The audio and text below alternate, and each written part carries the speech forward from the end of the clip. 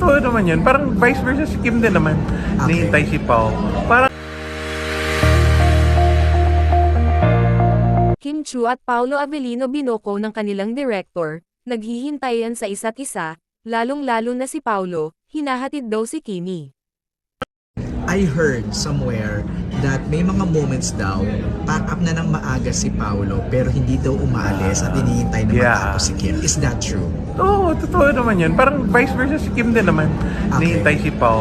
Parang ano rin naman siguro yun. Kasi respect or courtesy lang talaga. Na support. Courtesy o ano? Parang sweetness. Well, Hinahatid daw? oo. Totoo ba yun?